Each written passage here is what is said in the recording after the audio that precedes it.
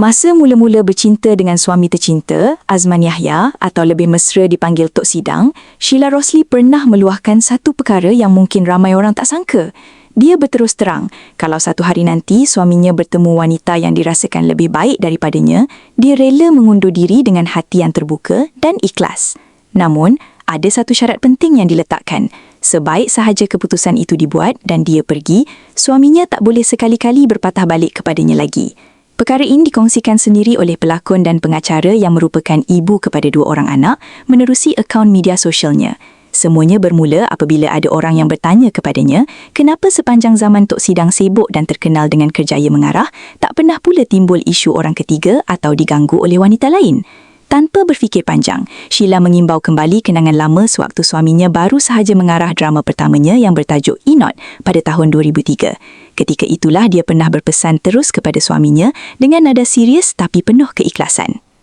Kalau awak jumpa seseorang yang awak rasa lebih baik daripada saya, jangan segan untuk beritahu. Teruskan sahaja hidup awak bersamanya dan saya akan pergi jauh-jauh. Tapi ingatlah, sebaik sahaja saya melangkah pergi, pintu hati dan hidup saya akan tertutup rapat untuk awak selamanya. Awak takkan boleh kembali lagi kepada saya walau apa pun yang berlaku. Hingga ke hari ini, Sheila bersyukur dan gembira kerana hubungan rumah tangga mereka kekal utuh dan bahagia.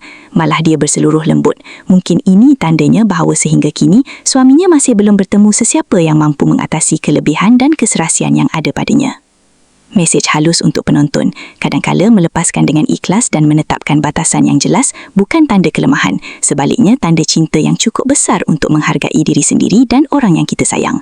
Bagaimana pandangan anda tentang pendirian Sheila ini? Terima kasih kerana menonton Chua Viral TV. Jangan lupa like, komen dan subscribe untuk terus dapatkan update terkini tentang dunia hiburan Malaysia. Jumpa lagi di video seterusnya. Stay tuned untuk lebih banyak kisah sensasi